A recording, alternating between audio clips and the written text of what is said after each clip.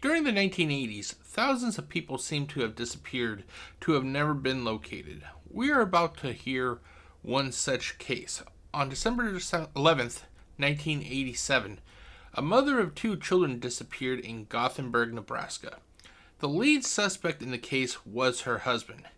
Did he kill his wife when he learned that she was having an affair, or did she leave her family behind to run off with her lover? This is something that you will have to decide.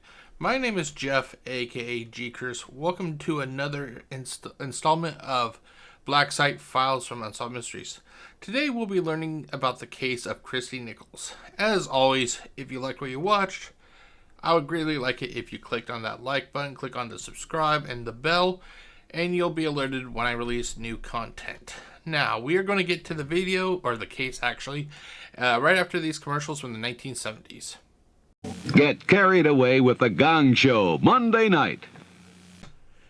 Okay, welcome back, ladies and gentlemen. We are about to start the case viewing of the Christi Nichols case. Now, when I did the previous installment of Black Site, which was the Annie Herring case, if I remember correctly, I actually had this case confused with a mystery of a boating crew, and I think I was thinking of the Christi Nichols when I was thinking about this case, but it's actually this is a whole different case.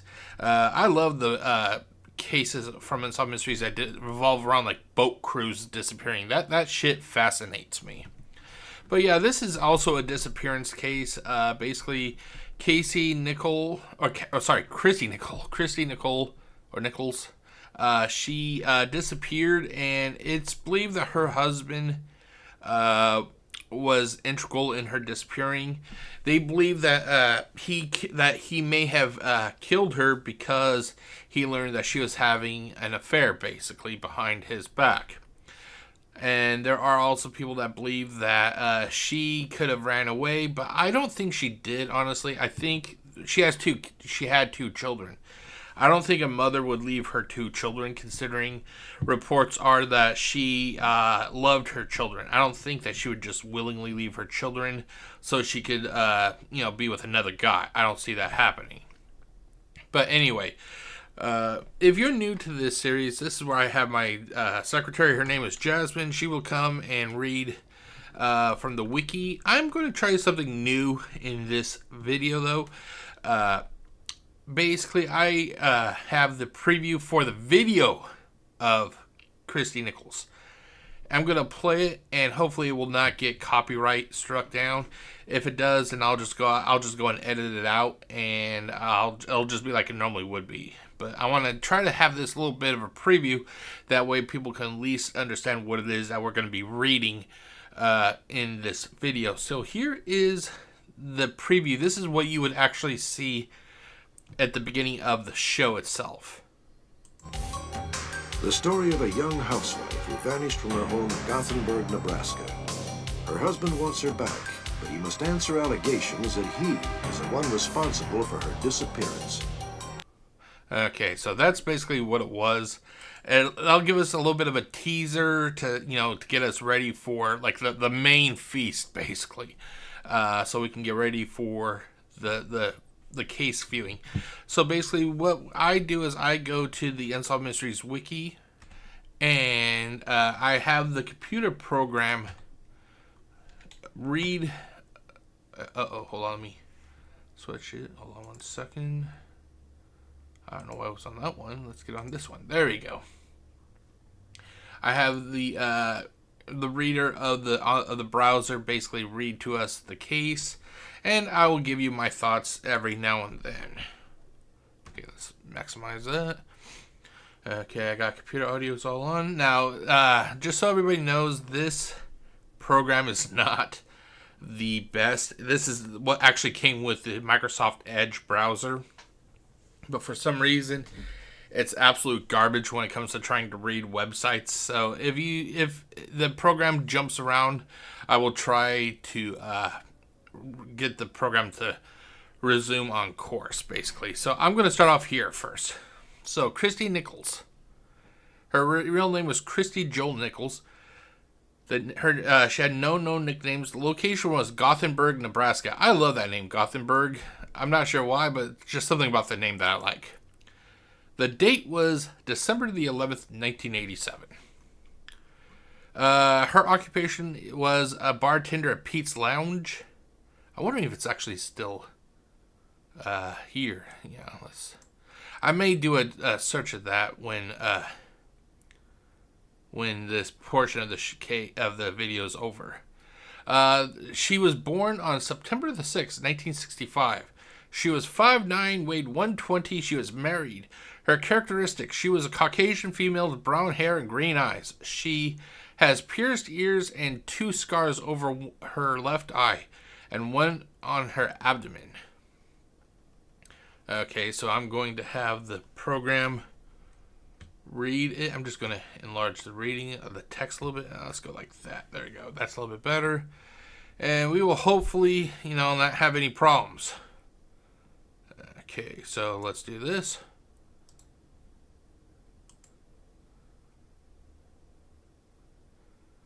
Come on, I know you can do it. Details. Okay, here we go. The town of Gothenburg is located in the heart of Nebraska's Farm Belt. There is a strong sense of community among its 3,000 residents. When a neighbor is in trouble, it becomes everybody's business. On December 11th, 1987, 22-year-old housewife Christi Nichols vanished. Her disappearance turned into a controversy that continues to this day. She married Mark Nichols when she was 19. Soon after, their daughter, Lindsay, was born. In April 1986, their son, Preston, was born. Okay, so we basically have a mother who was 22 years of age. She had 2 children. It sounds like, with the exception of the fact that she was in another relationship, which we will find out about later in this viewing, it sounds like everything was going okay for her. But then again, normally, if you're having a relationship with another dude, then everything must not be that well at home, unless they have one of those open type of relationships.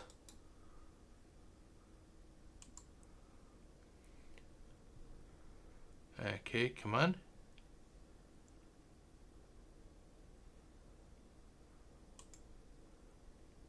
Mark Nichols. No. Us abusing her in the weeks prior to her disappearance. Okay, hold on. Within days of... I had a feeling that was going to happen. It was taking too long. So let's go back. Oh, wow, it skipped a lot of the case. See, this is what I mean. Like, this is a program that's actually made by Microsoft, and they've never fixed this fucking program. Okay, so let's actually do a smaller chunk. Let's see, maybe that.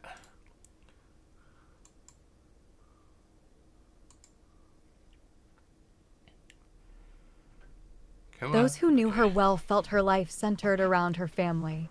Her mother, Connie, remembered that she was a good student and was well-liked.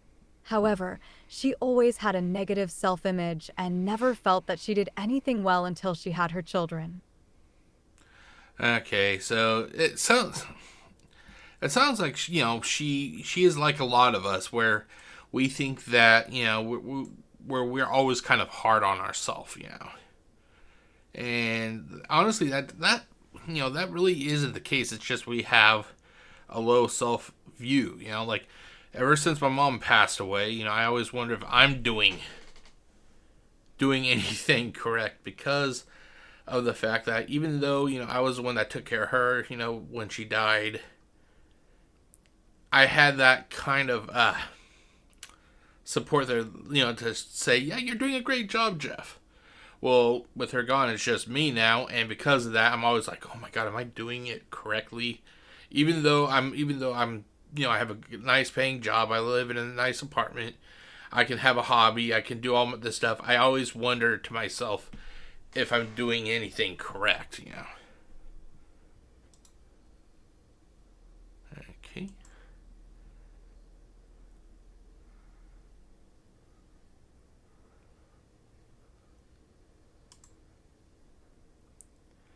Come on, it looks like... Mark Nichols. Wow, seriously? It is really acting up. Okay, let's go. The thing is, there's so much here. I kind of get confused. Let's see here. Soon after the daughter, I can't recall where it was that. Those who knew felt good. Okay, let's try this. She was proud. Let's try this again.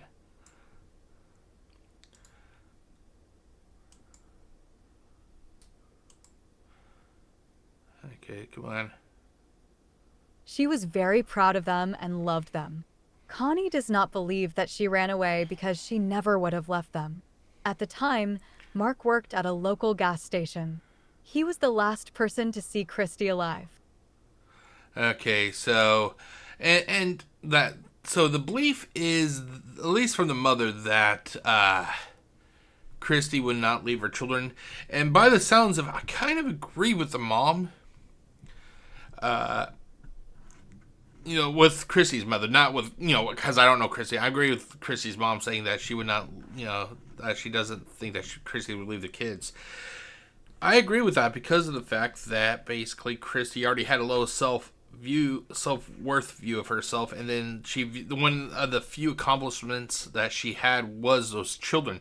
I don't see her just willingly leaving those, what she considers to be her biggest accomplishments. I don't see her leaving them behind. But that's ultimately up to you. What do you guys think? Do you think that she ran away? Do you think her husband did something to her? What do you think?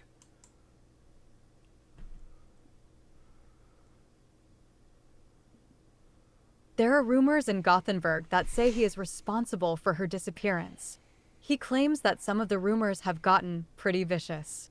There were a couple of rumors that said that he had chopped her up, put her in garbage bags, and buried her at the dump. No, from a lot of these cases that we have seen over the years, I would say, I'm not going to say that he did that, because why would he be bragging about it? Because he even, as you can see here, he literally says that people said that people went up to the dump. No, if he's going to do something, he'd probably bury her like on property or something, but he wouldn't just cut her up and put her at the dump because people could find her possibly then. I have covered this case at least twice. I cannot recall if I did a final thought about the case a long time ago, but I know I did a Unsolved Mysteries commentary that you can find on YouTube. I'm going to put the link in the description of this video, along with possibly putting up in the corner up here. No, that I can't because it's on Facebook. Okay, I'll just have to put it in the link in the description. I am of the belief that he is very suspicious. He's very suspicious, and there needs to be answers. I don't think that whatever happened, I don't think that Christi deserved whatever happened to her. Okay, so let's continue on.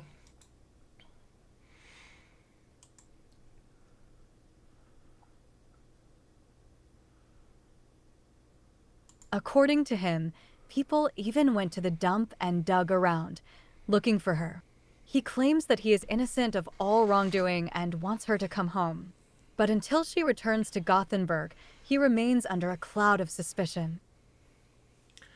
Okay, so basically, and that's kind of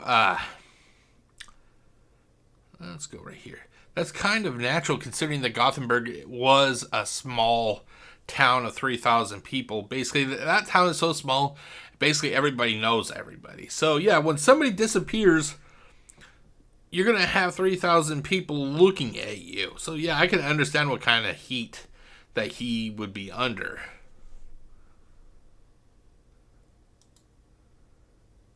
Okay.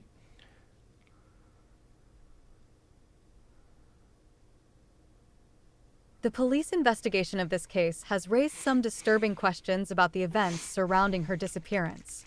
Since Christi vanished, no one, relatives or friends, have had any contact with her. For this reason, the Nebraska State Patrol was called in. The Nebraska State Patrol was called in.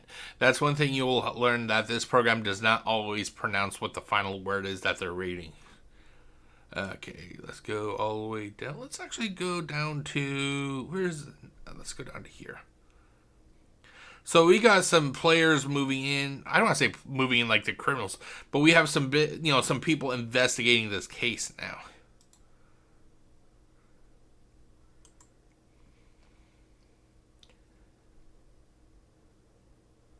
Officer Terry Aarons was put in charge of this case. He noted that as the investigation... Up. There. Come on. Investigation proceeded, it started to look more and more like a foul play situation. There have been a lot of things that have not rung true, and to him, it does not appear like a normal missing persons case.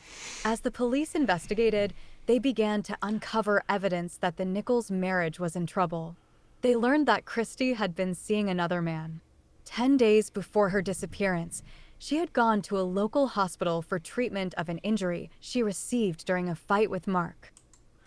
Okay, so basically we have a lady here who seems to have been in a very abusive relationship, and that could be why she was seeing another man. But murder, if he did kill her, murder is not an acceptable reason for a woman cheating on a guy, or a guy cheating on a woman. Murder is not the answer. If you're married and the person is cheating on you, divorce them. Take them to court. Get custody of the kids. Murder is not the answer, because ultimately at the end, if you did murder the person, odds are you could end up spending the rest of your life in prison, and then you never see your family again. But if you take them to court, you can literally get everything from that person. You can get the kids, you can get the house, you can get the money, you can get everything.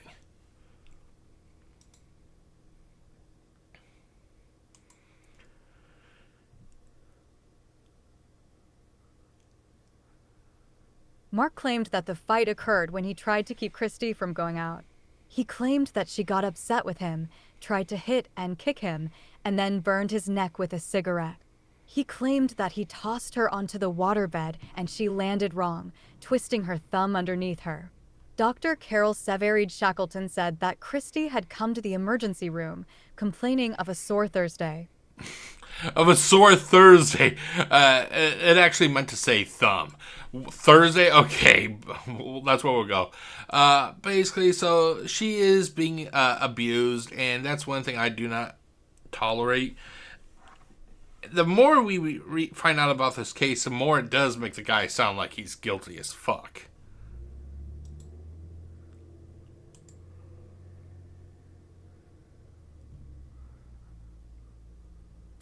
Carol said that she was acting like a scared rabbit, not maintaining eye contact. Okay, hold on. Let's start here. And not being very verbal. Carol also felt that she was not telling her everything about the cause of the injury. Mark was in the hallway nearby during her visit. Carol was not sure if him being there was reassuring for her or not. Christi also told her cousin, Debbie Fredrickson, that she had been abused by Mark. Debbie had visited her while she was working at a bar. She said that she was having problems with him and that he had beaten her. When they left, she showed Debbie a bruise on her side. Okay, so the more we are learning about this, the more it's a painting is starting to be shown. Normally, I do not go for what third parties say, especially friends. I normally don't go with what friends say. That's fucking third party. That's like hearsay. However, we had a doctor, and the doctor most likely put this down in reports and everything. So I'm willing to accept that a little bit more than just what a friend says, because it's a doctor and they have to, make reports and everything. So I accept what a doctor would say more than just a friend.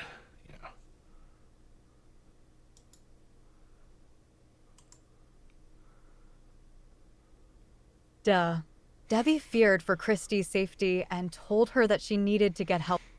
Oh my god, the program is really messed up today. Holy LP shit. From someone. Debbie asked how it had happened. She said that she and Mark had gotten into an argument and that he had thrown her around. She acted like it was not a big deal, like it was something that happened a lot. He later claimed that the rumors of him beating her up were not true. On December 9th, 2 days before Christi vanished, she went to an attorney to begin divorce proceedings. She was frightened that Mark would find out.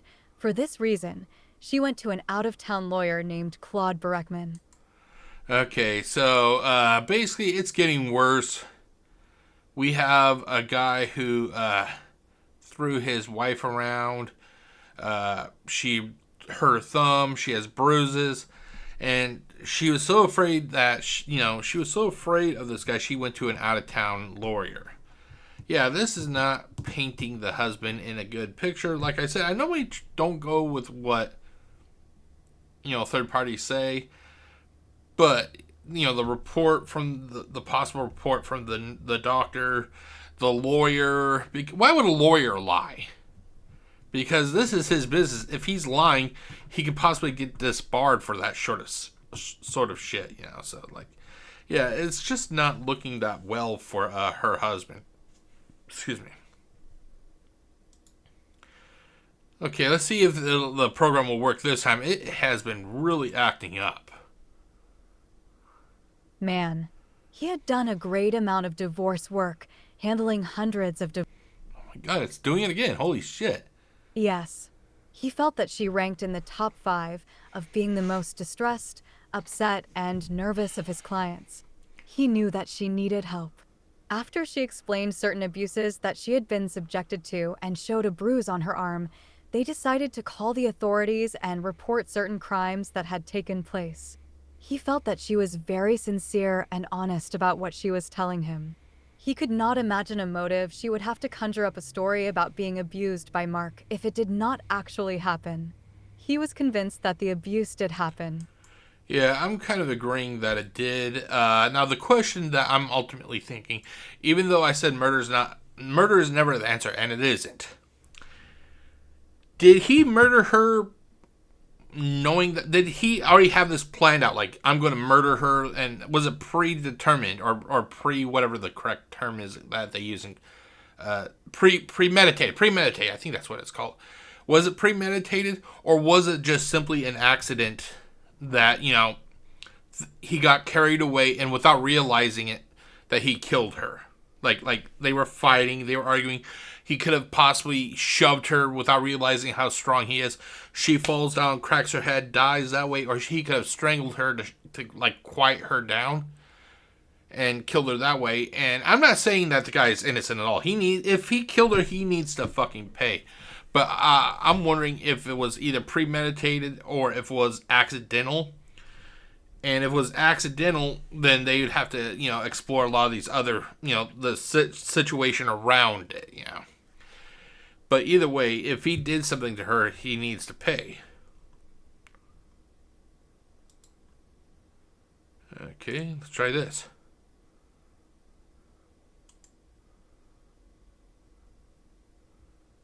Come on. Mark Nichols. Oh my god, seriously. Okay, hold on. Let's see here.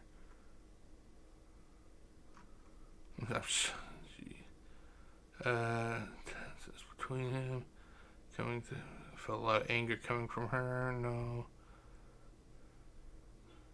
Okay, let's see. Here we go. Okay, let's go with a smaller amount because the program. Hold on, I'm just going to see. Is there is there an update possibly? I'm wondering if there's an update and that could be why it's acting up. Nope, it's up to date. It's just Microsoft being a piece of shit, in other words. Okay.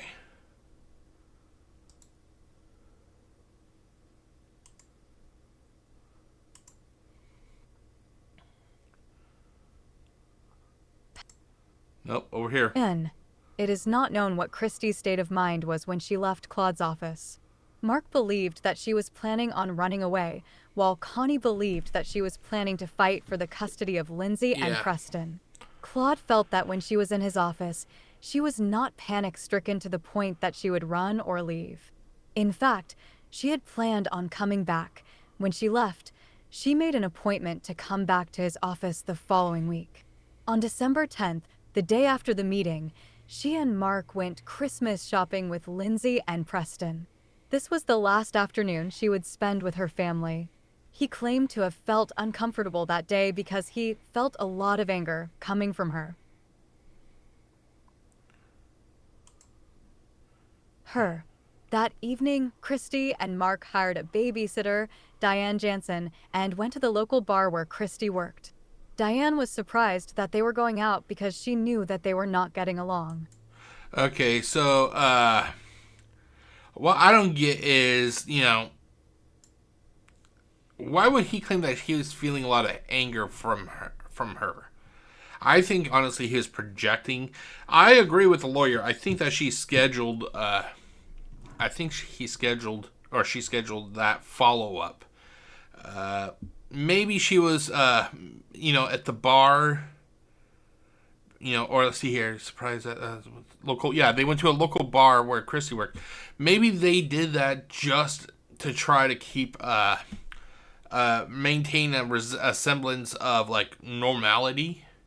And maybe they're trying to stay together at that time for the kids. But I honestly think that she was reaching that point that she was trying to break away, though. Okay, let's try this.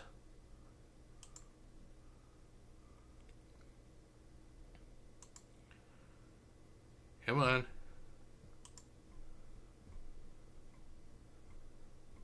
Mark Nichols.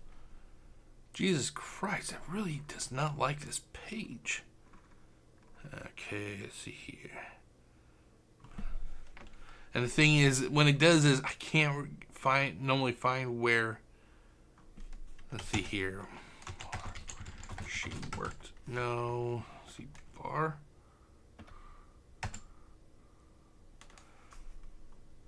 I hate the idea of having to constantly find. Wait, why did you move over there? Oh my god, why is it moving like that? Bar things, local bar where Christi worked. Okay, so let's. Here, I'm going to read a little bit, see if that helps. I'm going to read a little bit. Here, let's close this out. Let's see here. He claimed that when they were at the when they were at the bar, things seemed to have been going well between them. Now, you also got to remember, this is from Mark. I think they said that his name was Mark. That this is from Mark's point of view. So he's trying to paint an account that is very positive, and that makes him look as good as possible. Okay, let's see here. Everything was going well between them. He felt that she was having a good attitude about herself, and that there was a lot of laughing and carrying on between them. His uncle Gary, who owned the bar, contradicted his story, stating that it was apparent that there was tenseness between them. Uh-oh. If Mark is saying that everything was okay, but we have an actual family member saying, hey, it wasn't like that, there was tenseness between them, why is your uncle not corroborating what you're saying, Mark? This is not good, dude. See here. She had told Gary that they were having marital problems. He was surprised that they were there together that night. The reason that, he was surprised that they were there together that night. Maybe it was that he wanted to go out, and Chrissy's like, no, I don't want to go out with you. And he's like, I would like to go out. No, I'm not going out with you. And then possibly he could have he's like, either you go with me or something's going to happen. And that could explain why the uncle who owned the bar felt that there was tenseness. She wasn't there, she wasn't there because she wanted to be there. She was basically there because she was threatened that if she didn't go with him to this bar, that something bad could happen, and possibly he wanted her with him. That way he could keep an eye on her, so she could not be with this other guy. But yeah, the fact that there was tenseness, that's not good, dude. Okay, Christi and Mark left the bar around midnight and drove to an all-night convenience store. A store clerk later recalled that she seemed nervous. At 12:30 a.m., they headed for home. Oh, damn it. According to Diane, Mark arrived home between 12:30 and 1. She was doing her homework in front of the television and did not remember seeing Christi. He claimed that she was walking ahead of him and went right to the bathroom when they came inside. She was surprised that she did not notice Christi because she was there for several minutes after they arrived. She believes that she would have heard Christi's footsteps on the tile floor when she came. Hold on, let's see. Oh my god, I shouldn't have done that. When she came home, or when she came in or heard her in the bathroom. Mark then thanked Diane for babysitting and squared up with her. Squared up with her? What the fuck? Like fighting? Is he going to beat up the baby? I know. It just sounds weird that they chose that to, that he squared up with her. Okay, because normally I hear that and I think like boxing matches and stuff. Okay, hold on. Let's. Okay, so I'm right here right now. So while Diane somewhat expected this if Christi was indeed indisposed, she considered it odd that Mark gave her cash, whereas Christi always paid her by way of a check. Honestly, if it's just me, I'd rather take the fucking cash. Hey, Jeff, how do you prefer your payment, cash or check? Yeah, I'll take cash. I don't trust you motherfuckers. Give me cash. Okay. According to Mark, Christi went to bed immediately after Diane left. The last time he claimed to have seen her was at 2 a.m. when he went to sleep beside her. He claimed that when Lindsay and Preston woke up around 7 a.m. the next morning, she was not in the bed. He searched the house and noticed that she had taken a suitcase of belongings with her. However, both family cars were still sitting in the front yard. At 9:30 a.m., he received a phone call from Connie, who lived 100 miles away. Even though he knew Christi was gone, he told Connie that she was still asleep. That's suspicious. Why the fuck would you tell your wife's mother? I think Connie was her mom, Christi's mom. Why would you lie to your mother-in-law about that? Oh, that's not good, dude. That's not good. Okay, let's see here. So we're on I'm gonna scroll up a little bit. He claimed that he did not want to worry her. So lying is going to be the acceptable answer then. If it was me, if I was Christi's father, I'd rather have him be honest. Say, hey, I woke up. She's gone. I don't know where she is. I'm just about to go start looking for her. Luggage is gone. Can you please come and watch the kids while I'm looking for her? That's what I would have done. I wouldn't lie to my fucking father-in-law, my mother-in-law, because it'd make me look even worse, Okay, let's see if we can actually get the program to read this. I'm going to do a small amount right here. Okay.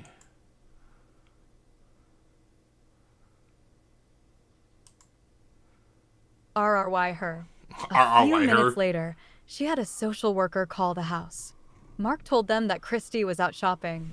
He claimed that he said that because he did not know who was. Who was calling? Yeah, I'd never had state workers call me.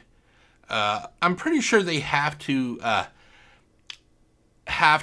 oh god, what's the word? Announce who it is that they are and on what group that they're working for. Like, so say Joe Blow from the Department of Wellbeing or whatever. I'm pretty sure they just can't be like, "Hi, is Christi there?" No, I'm pretty sure that it's a government agency calling.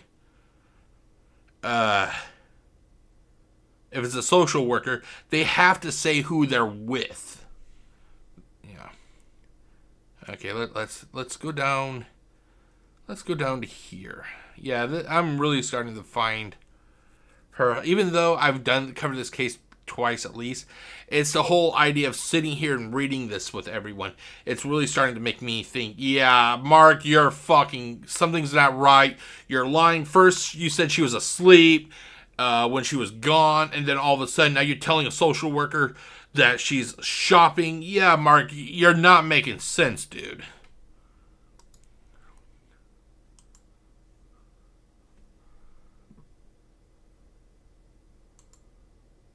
Calling. At 11:30 a.m., Mark took Lindsay and Preston over to Christi's grandmother Violet's house and asked her if she could watch them while he searched for Christi.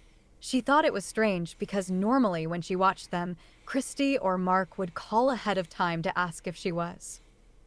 If she was available. Well, he literally just...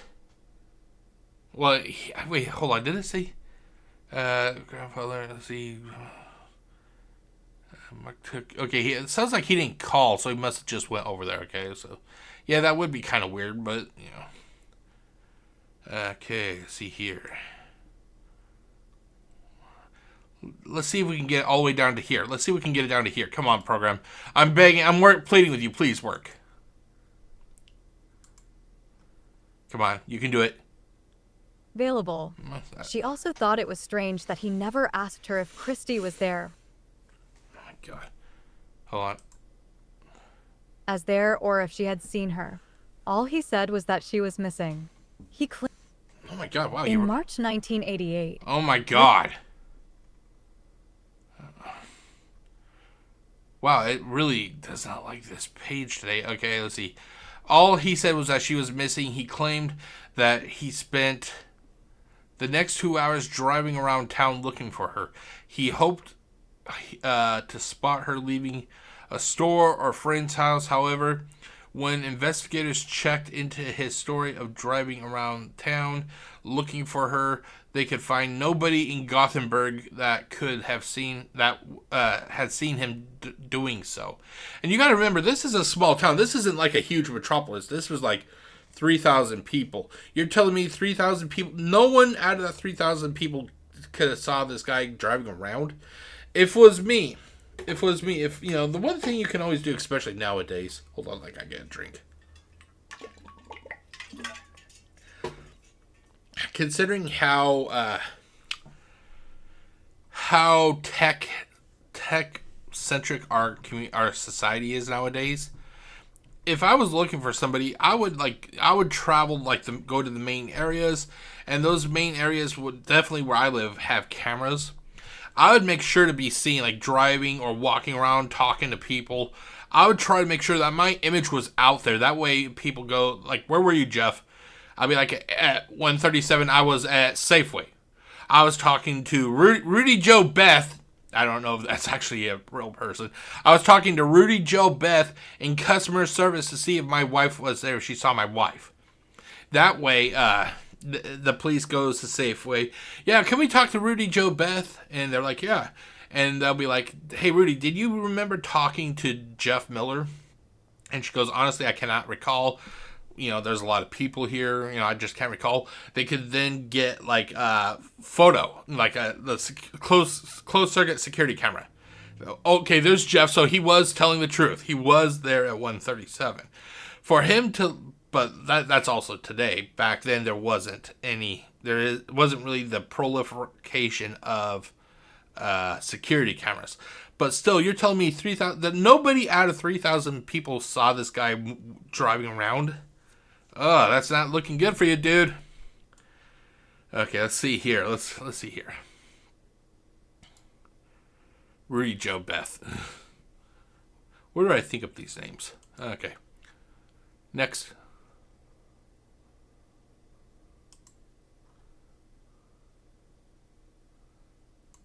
Come on. Mark Nichols. My God. Fucking Christ. I think the AI has a hard on for that fucking picture. Okay. At 1:37, Mark filed a missing persons report with the Gothenburg Police Department. He claimed that she was really upset because he felt... Wait, hold on. He claims that he felt really upset because he felt... He claimed that he was really upset because he felt that there was no indication that Christi would pick up a suitcase and leave.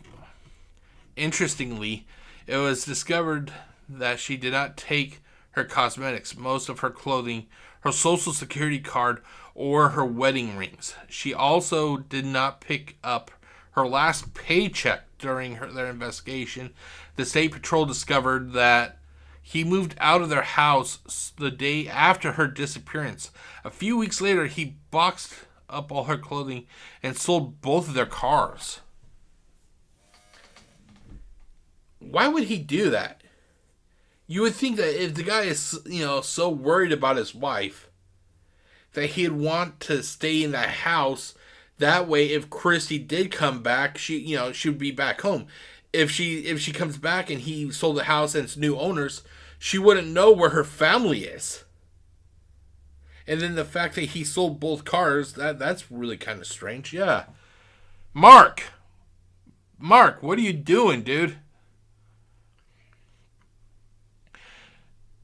In March 1988, 3 months after Christi's disappearance, her suitcase and purse were discovered in a roadside rest area 30 miles west of Gothenburg. Police found it surprising that earlier Mark had precisely detailed all of the suitcase's contents. It appeared to investigators that the suitcase had been placed there instead of just thrown out. Its contents were neatly lying around. It was like it was like the person that put them there wanted them to be found. Terry noted that if Christi left Mark, he would not have been able to look through the closet and say what she had taken. Yeah, that's kind of weird. Incredibly, he was able to list items of clothing right down the line and knew what she had taken. Yeah, that's weird. I also find it weird that she did not take her social security card. You need your social security card basically to get a job. That's like one of the must-haves. So the fact that she didn't take that, that's very suspicious. Okay, let's try this.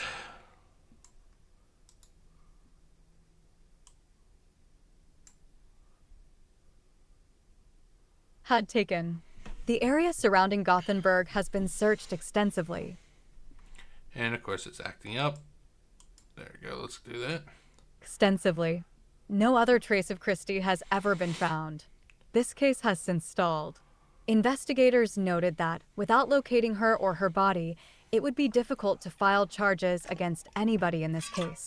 They are concerned about the details surrounding her disappearance, the fact that she has not contacted Lindsay, Preston, or other relatives, the fact that she did not take a vehicle, and the fact that she has been missing for such a long period of time.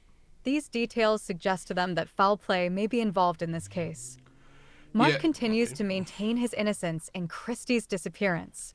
He claims that he would not have hurt her because he was not a violent person. Violet hopes and prays that she is still... Okay, hold on. Let's go back up. Where the fuck? See, that he's not a violent person. I call bullshit on that, considering that the doctor's report stated that Christi had injuries. So yeah, the whole, I'm not a violent person. Why the fuck was your wife injured to the point she had to go to the doctors, dude? I'm sorry, I'm not buying, I'm a nice guy. Your wife had to have been seen by a doctor. Now, like I said, I know we don't go by what the third parties say, like friends, but using that information in conjunction with the doctor, though, it still paints him in a nasty picture, like, dude, you can't claim you're not a violent person when your wife has bruises, a messed up thumb. A lawyer is saying how she looked very frightened. Yeah, dude. You may be able to play that. Not a violent person. I'm a nice guy. You may be able to play that with the rubes. But you're not going to play that shit with me. I think you did something. You may not have intentionally meant to kill your wife. He may have done it by accident, Like I said, they could have had argument. She was going to try to leave. He grabbed her to try to prevent her so he could keep talking to her. He could have whipped her around, possibly. She could have fallen and banged her head. May have not been on purpose, but still, I'm sure he knows what ended up happening to Christi. I have a feeling that he knows what happened to her. But then again, that's just me, ladies and gentlemen. That's just me. It isn't up to me, what you guys believe. It's up to you. What do you guys believe? I'm just here giving you the information. Okay, let's see. Violet hopes and prays that she is still alive, but if she is deceased, she would like to know where she is so she can be given a proper burial. By all accounts, she was trapped in a marriage gone wrong. Nobody can say for certain say for certain that this is what motivated her disappearance. All that is known is that she vanished without a trace, and her family and friends would like to know why. What has me kind of confused? Now, I don't think he was related. I don't think it was his uncle. But did you notice that it seems like nobody on Mark's side of the family were interviewed? I think there was only like Connie, which is Christi's mother. There was the uncle who owned the bar, but I think that was Christi's uncle. Nobody actually was interviewed on this guy's behalf, like that seems to be kind of suspicious if you ask me. Okay, let's see here. Let's go down to here.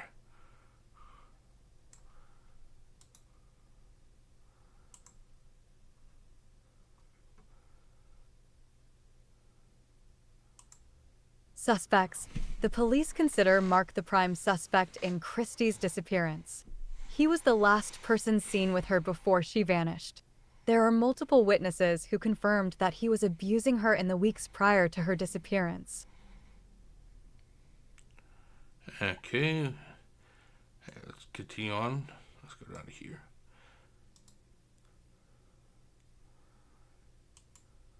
He had moved out of their house, sold both their cars, and boxed up her clothes. Her suitcase was found 3 months later. He was somehow able to list everything that ended up in it. Despite this evidence, he has never been charged. Christi was seeing another man around the time of her disappearance.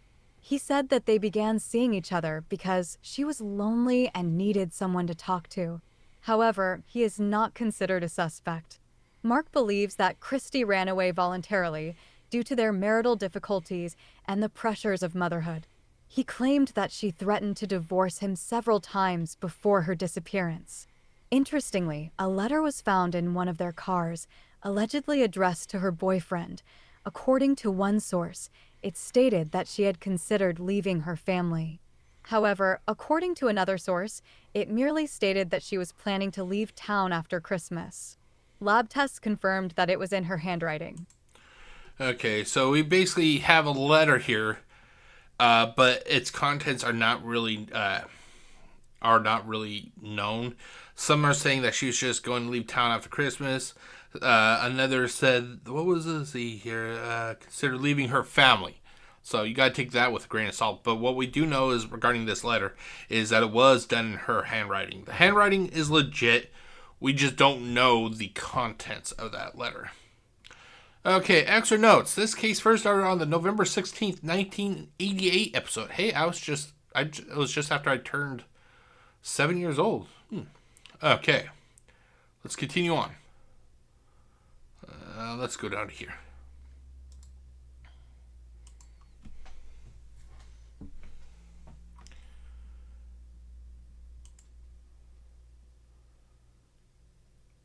Come on.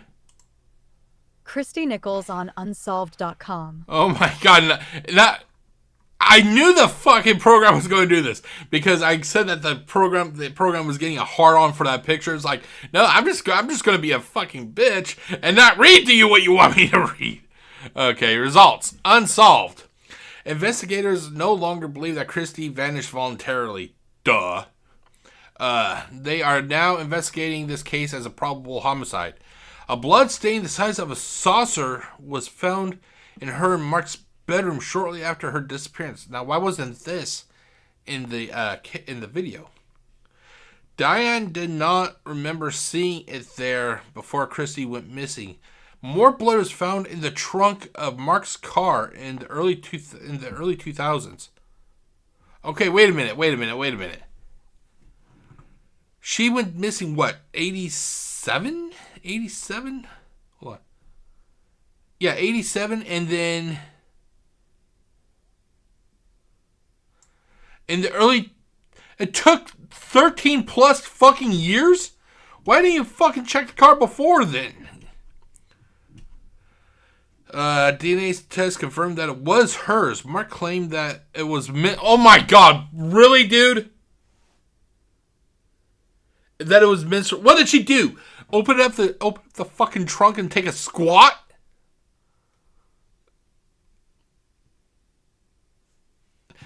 That it was menstrual blood, but not true.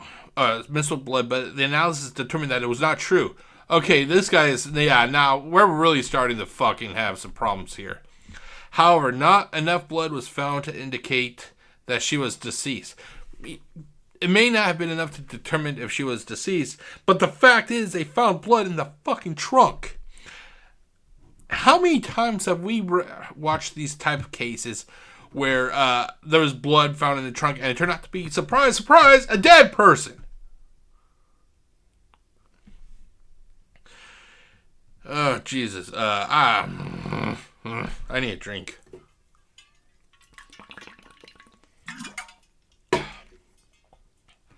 Minstrel, I can't believe he went that fucking route. I really should ask anybody who watches this. Hey, if you have a wife, does she put her menstrual blood in your trunk? I'm just curious, because I'm finding this to be highly fucking irregular, It was, see here, it has also since been discovered that Christi met with a domestic. For some reason, I was reading this word as demonic. It took me a minute to, she was meeting with I thought originally it said that Christi met with a demonic. I'm like, wait, what? She met with a domestic violence counselor the day before she vanished. When Mark found out, he was furious and told her that she would not get to see Lindsay and Preston again unless she stopped visiting the counselor and stopped talking about the abuse. A few days earlier, he took them to his parents' house and would not bring them back unless she agreed to follow specific sets of rules. It was also discovered that his family was close to the Gothenburg police chief, Bob Shackleton. It is believed that Mark found about her meeting with Claude and the counselor because Claude contacted Shackleton about the abuse, and the counselor met with Christi in Shackleton's office. Okay, so if this is true, isn't that, even though a police officer is not a counselor, okay, I understand that a police officer is not a counselor. I think it was, police. Okay, police chief. Don't police have a fucking oh god, what am I thinking of? What is it that I'm thinking of? Where they're not they're not supposed to disclose a privacy. Don't police officers have a privacy mandate that they cannot tell other people what is being told to them in confidence? If that's the case, then this police chief, this Bob Shackleton, he's fucked up. You failed one of your core concepts as a police officer. Prior to her disappearance, Christi told Connie that Mark was monitoring her phone calls. That I would not doubt that. He seems to be, the more and more we're learning right now, the more and more it sounded like this guy was a control fiend. She also said that she planned to leave him the day after she vanished. Wait, hold on. The day. Oh, okay. It took me a minute to realize what I was reading. Connie believes that he killed her before she had the chance. After she vanished, he allegedly told Connie that now, keyword here is allegedly. He allegedly told Connie that he was glad she was gone and that she was a bad mother who wanted a new life with a new man. Despite the evidence against him, he has never been charged in her disappearance, presumably due to lack of body. Yeah, that's very suspicious. We have a missing body. We have blood in the trunk of a car. We have a saucer-sized thing of blood in the house. We have a doctor claiming that the wife was injured. Here, I'm going to take this off. I don't need this anymore.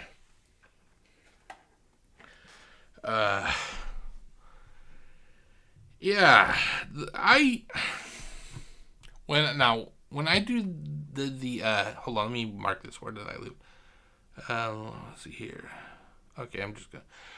When I did the Unsolved Mysteries commentaries, I did not go over this portion here. I would just go straight to the results, you know. And it's been over a year, so I'm not sure when this was last updated.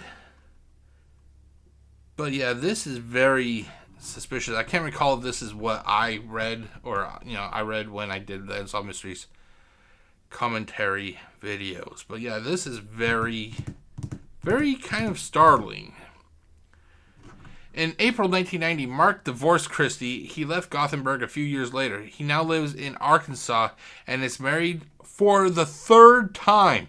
He's not married just for the second time. He's married for the third time, ladies and gentlemen. At first, Lindsay and Preston lived in foster care. Then they were with both sets of grandparents. After that, they were sent to live with him. Sadly, due to his influence, Connie has not seen them since the early 1990s. See, that pissed me off. If I was a grandparent and my daughter, most likely is dead, and then her husband, ex-husband, refused to let me see my grandchildren, I'd be fucking pissed.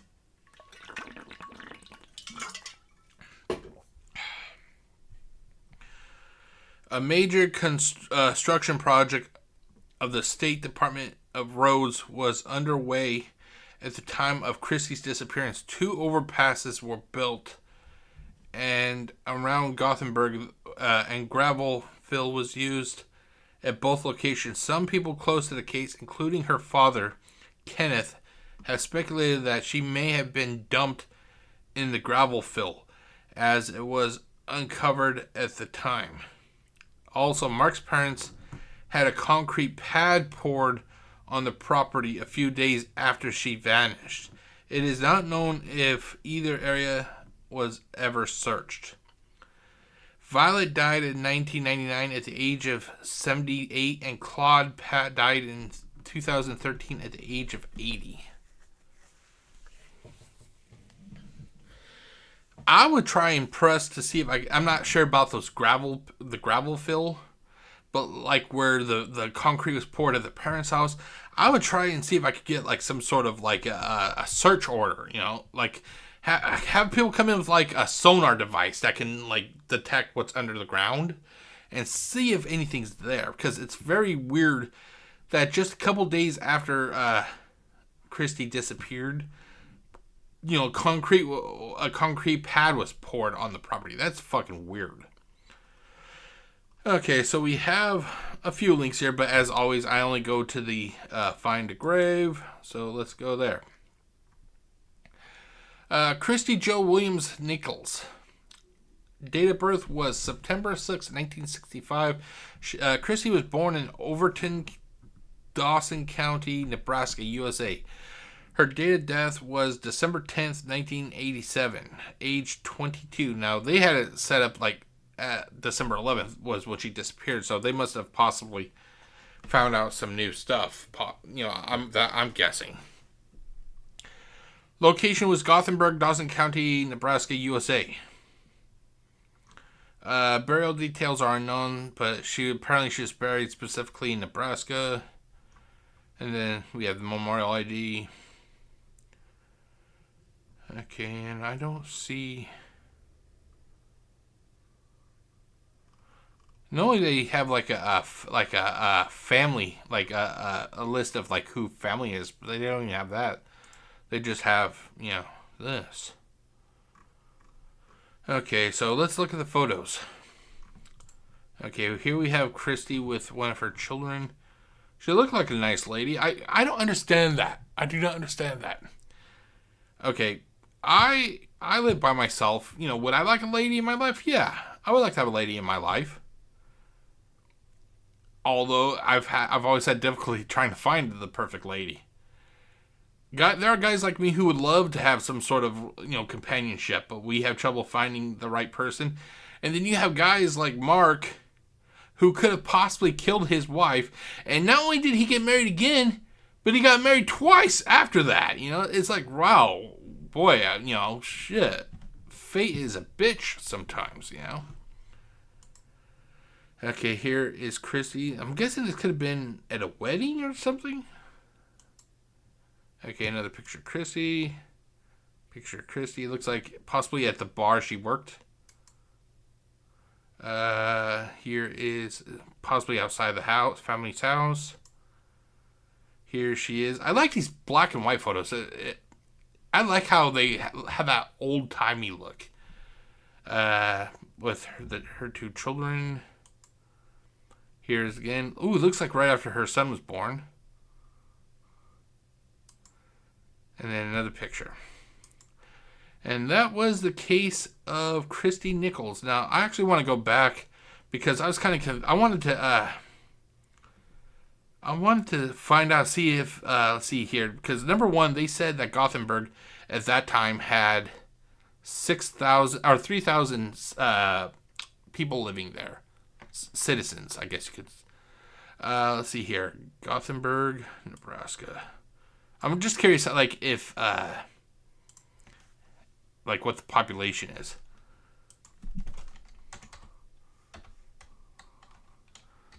Population.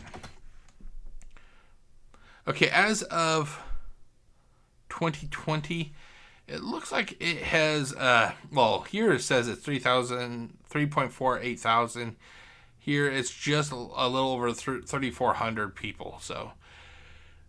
Yeah, they're not really making that much in the way of population, increase. Now let's check Kelso where I live. Okay, so let's see here. Kelso, Washington, population. Let's do 1987. Oh, let's see if we can try to find out what it is. Population history 890. Let's see here. Because I'm always kind of curious, like how cities grow and everything. Let's see here. Do we have a population, economy, government? Okay, 2010 census demographics. Okay. Okay, now. But they don't have the exact years. They only have 80 and 90. 1980, 1990. So let's just say in 1987, since 1990 it was 1990 it was 11,820, and in 1980 it was 11,129. Let's just err on the side of caution and say possibly like in 1987 it could have been roughly, let's say, 11,500 people. Now we go all the way down to 2020, and it is 12,720. So we've just a little under 1,000 people. Really, just 1,000 people? You would think that we would have had a lot more, but because if you Where I live, it looks busy all the time. But then again, that's just looks, you know. Okay, now I'm just curious. Let's try Seattle. Let's try Seattle, Washington population. Washington population.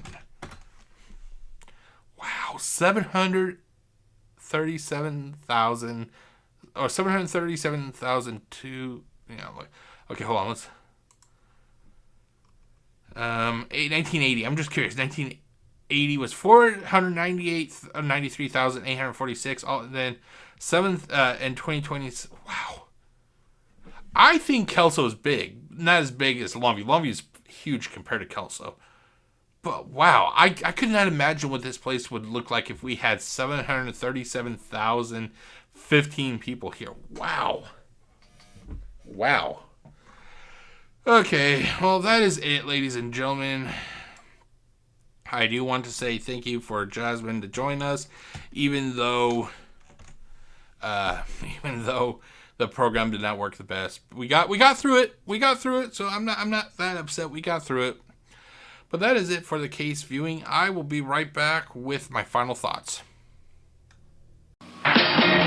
Here comes the raciest comedy of the year. Hey, Herbie, where you going? Herbie Goes to Monte Carlo. The old Herbie and the new Herbie. It's a brand new Herbie.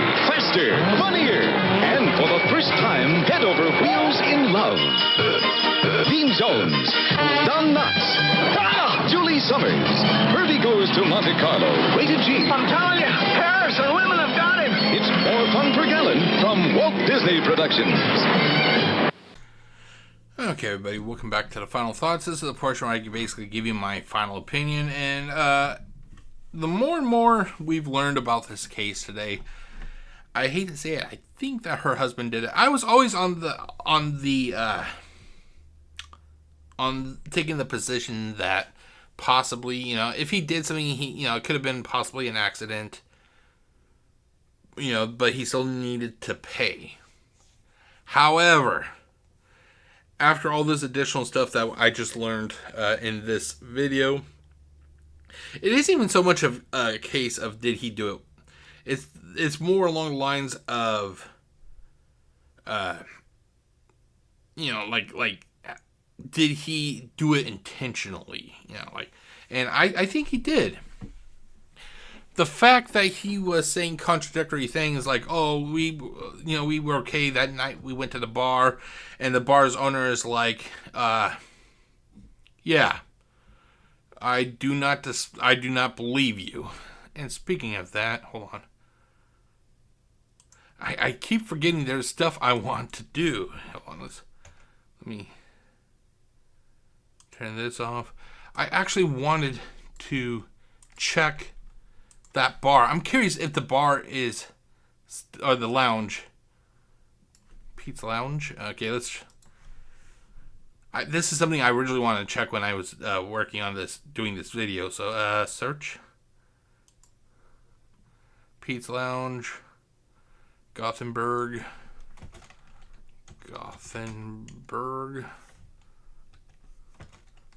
Nebraska.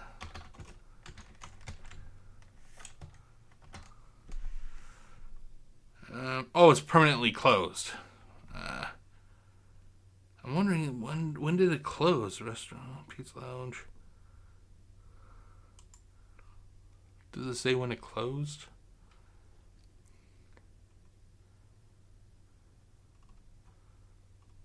Well, it looks nice, but it doesn't say, like, it just says closed. Okay, let's see here. I think I saw a thing on Facebook. Let's see here. It says it's open, so odds are that has been updated. Yeah, this is okay. So we have this picture. So this is where it was, but it looks like it closed at least in 2021 because that's when the picture was taken or uploaded. Okay, so that answered my question. So it looks like possibly that it is closed. And if it is, it sounds like it could have been just closed because of the pandemic, possibly. But here's my final thoughts. I think that her husband did it. The question is, was it accidental? Was it premeditated? We'll never know. He is out of the area, and he is constantly claiming his innocence. I think that they should check that area where the concrete was poured, that concrete pad was poured at the parents' house, because it is, to me, I find it very curious that there was blood in the trunk, and then a few days later, this pad was poured. It's not registering as, you know, it's something's not kosher, ladies and gentlemen. Something's not right. Something is not right. But ultimately, at the end of the day, we have 2 children who lost their mother. Those 2 children are being denied access to their grandparents, which I disagree with. You know, even if there's bad blood, if Mark is innocent, he should allow his children to have access to their family if they would like. But that's just me. What do you guys think? Do you think that the grandparents should have the right to see the kids? You know, in the comment section, leave your thoughts. That is it, ladies and gentlemen. I'm actually kind of shocked I didn't have any more problems, because they've been doing road construction outside my apartment ever since they started this morning at about 8. So it's been over 4. It's almost been 5 hours now. But that is it, ladies and gentlemen. I want to say thank you to everybody who has taken the time to watch this video. It has meant a lot to me. My name is Jeff, aka GCurse. Wait, wrong button. And if you would like, hold on, there it goes. Ah, crap, it's not. I thought I had it all set up. If you would like, you know what to do. Click that like button, click the subscribe, the bell, and you'll be alerted when I release new content. Until next time, my name is Jeff, aka GCurse.